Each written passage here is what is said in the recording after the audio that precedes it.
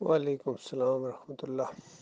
دیکھیے، دین کی سمجھ کا ہونا بہت ضروری ہے، فہم کا ہونا بہت ضروری ہے، اور یہ کتابیں پڑھنے سے نہیں آتا ہے، یہ اللہ کی طرف سے ہدایت ہوتی ہے۔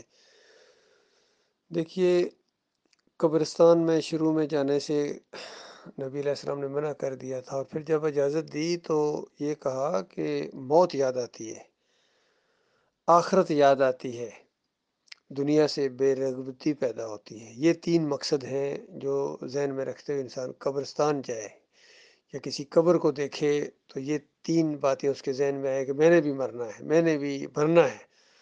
اب اس سے یہ کوئی نتیجہ نکالے کہ اس قبر کے اندر روح واپس آ جاتی ہے، اس میں زندہ ہوتے ہیں، سنتے ہیں، دیکھتے ہیں، پہچانتے ہیں، تو یہ جہالت کی انتہا ہے، قرآن سے ناواقفیت ہے، عقیدے کی خرابی ہے۔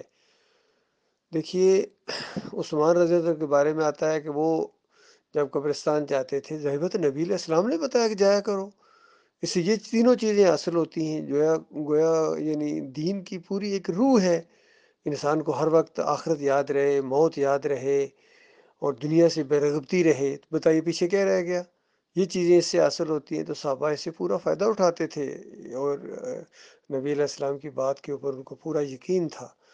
تو عثمان رضی اللہ عنہ کے بارے میں آتا ہے کہ جب وہ اس طرح قبرستان وغیرہ جاتے تھے تو بہت زیادہ روتے تھے، بہت زیادہ روتے تھے، اور لوگوں نے پوچھا بھائی اور آگے بھی بڑے یعنی مراحل ہیں، وہ یعنی جس طرح حساب کتاب، میزان، اور یہ ساری پل صراط، لیکن آپ یہاں قبرستان میں آ کے بہت روتے ہیں۔ تو انہوں نے کہا یہ پہلی منزل ہے، پہلی منزل اگر انسان کی ٹھیک ہو جائے نا تو اگلی منزلیں بھی آسانی کی اس سے امید کی جا سکتی ہے، یعنی گویا سکریننگ ہے۔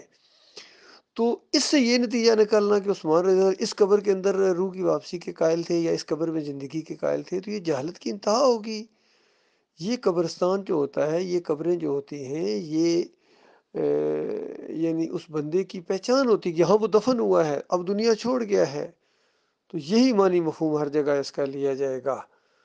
اور یہ جو مسلم کی روایت ہے جس طرح پیش کر رہے ہیں، مجھے خیر میں نے نہیں دیکھی اس طریقے سے جس طرح یہ بیان کر رہے ہیں، اور اگر اس میں ہے بھی تو اس میں اسی طریقے سے مطلب لیا جائے گا جس طرح انسان کی تدفین کی جاتی ہے، اس کی صلاۃ المیت ادا کی جاتی ہے، اس کے لیے دعائیں کی جاتی ہیں، تو دعائیں کروانا تو یہ تو بالکل ٹھیک ہے کہ میرے لیے دعا کرنا، میرے لیے اللہ سے یعنی فریاد کرنا کہ اللہ تعالیٰ مجھے معاف کر دے، یہ ساری چیزیں موجود ہیں، حالانکہ جنت کی بشارتیں مل چکی تھیں ان کو، لیکن اس سے یہ نتیجہ نکالنا کہ اس قبر میں سب کچھ ہوتا ہے، اصل میں یہ ان کے عقیدے کی خرابی ہے جو بالکل ہر جگہ ثابت ہے کہ ان کے عقیدے کے اندر یہ قبر پرست لوگ ہیں۔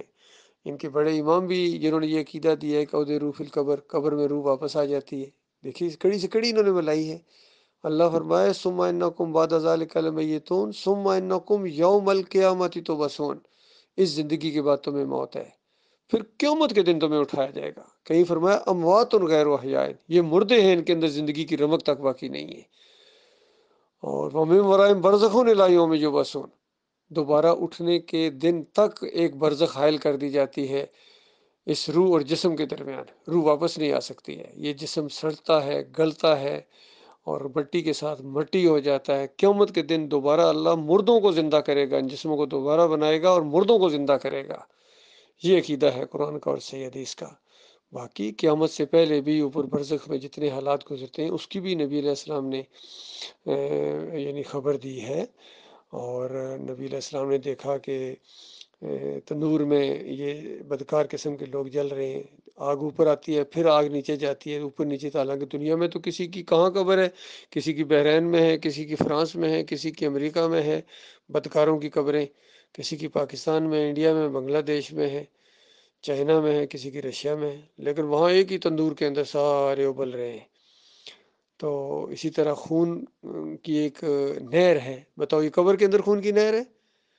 وہاں وہ سود خور جتنے آج پرافٹ سمجھ کے اور اپنا منافع سمجھ کے جو لیتے ہیں اور سود لیتے ہیں، کل ان کو وہاں خون کی نہر کے اندر ہوتے دیے جائیں گے، کیونکہ لوگوں کا خون پسینہ چوستے ہیں، اسی مناسبت سے ہوتا ہے۔ جھوٹ بولنے والے کے گلوٹے پھاڑے جائیں گے، یہ تبلیغی نصاب والے ہوں یا غنیت الطالبین والے ہوں، کشف المحجوب والے ہوں، فوائد الفؤاد والے ہوں، یا انفاس العارفین والے ہوں، حجت اللہ البالغہ والے ہوں، یہ سارے کے سارے جنہوں نے اعلیٰ حضرت ہوں یا ابو اعلیٰ ہوں یا جنہوں نے کفر و شرک بھگا ہے، اور انہوں نے جھوٹے قصے کہانیاں پھیلائی ہیں، ان سب کو وہاں کے گلفے پھاڑے جائیں گے، بدھی تک ان کی وہ زبان کاٹی جائے گی۔ تو پھر حافظ قرآن، عالم دین، ان جیسے یہ جن کا آپ نے ذکر کیا ہے، جو اس قبر پرستی کو رواج دے رہے ہیں، ان جیسے علماء کے سر کے اوپر مارا جائے گا پتھر، اور پتھر دور جا کے گرے گا، سر پھر ٹھیک ہو جائے گا۔ بتائیے یہ اس قبر کے اندر ہو رہا ہے یا وہاں برزخ میں ہو رہا ہے؟ وہاں ایسا جسم ملتا ہے جو دوبارہ پھر بن جاتا ہے۔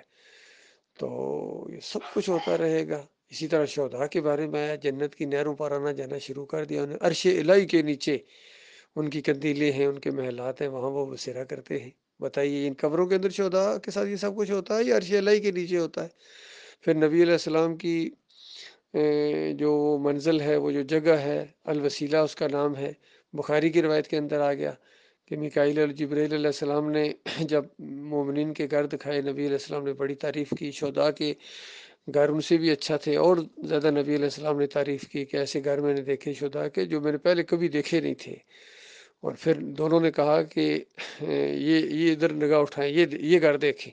نبی علیہ السلام کہتے ہیں میں نے ایسا خوبصورت محل دیکھا، ایسا خوبصورت گھر دیکھا، شہداء کے گھر سے بھی اونچا مقام تھا اس کا۔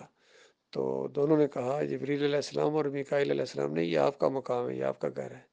تو نبی علیہ السلام کہتے ہیں پھر چھوڑو میں اندر داخل ہو جاؤں؟ کہا نہیں، ابھی آپ کی زندگی کا کچھ حصہ باقی ہے، جب وہ پورا کر لیں گے تو آپ یہاں آ جائیں گے۔ بتائیے کیا عقیدہ ہے؟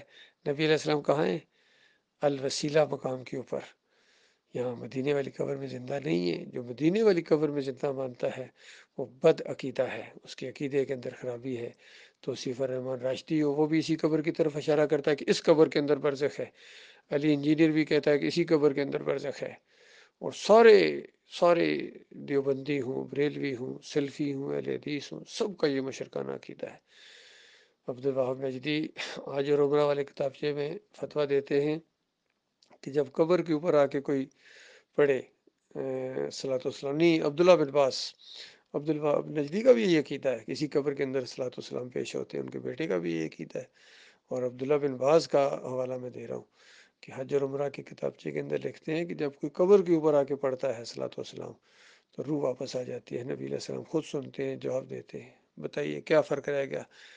قبر پرستی کی اس سے زیادہ اور کون سی بنیاد ہو سکتی ہے؟ آج اگر یہ قبریں پوجی جا رہی ہیں، نبی علیہ السلام کی قبر پوجی جا رہی ہے، گنبد پوجا جا رہا ہے، یا دوسرے لوگوں کی قبریں پوجی جا رہی ہیں پوری دنیا کے اندر، تو کون ہے اس کے ذمہ دار؟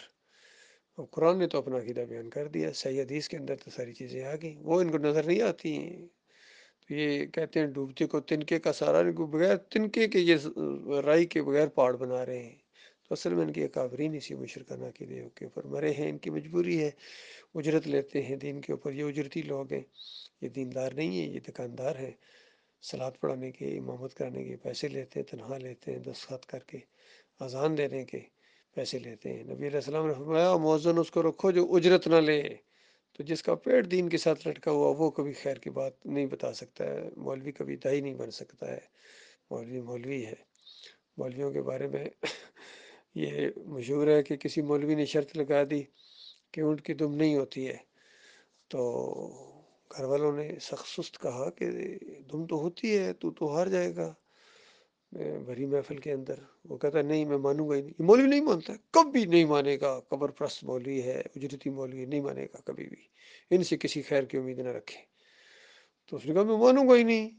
تو بیوی بھی مولوی کی بیوی تھی، اس نے کہا اگر انہوں نے بری محفل کے اندر اونٹ کی دم تمہارے ہاتھ میں پکڑا دی تو پھر کیا کرو گے؟ تو کہنے لگا کہ میں لہرا لہرا کے، تم لہرا لہرا کے کہوں گا نہیں ہے، نہیں ہے، نہیں ہے۔ یہ حال ہے نمک حرام غداروں کا، یہ نہیں مانتا، مولوی نہیں مانتا ہے، کبھی نہیں مانے گا۔ لہذا بلکہ ان کی اس طرح کی حرکتوں سے ہمارا ایمان اور مضبوط ہوتا ہے کہ واقعی یہ گمراہ لوگ ہیں۔ اب یہ امام تو کیا، یہ مقتدی بننے کے لائق نہیں ہے۔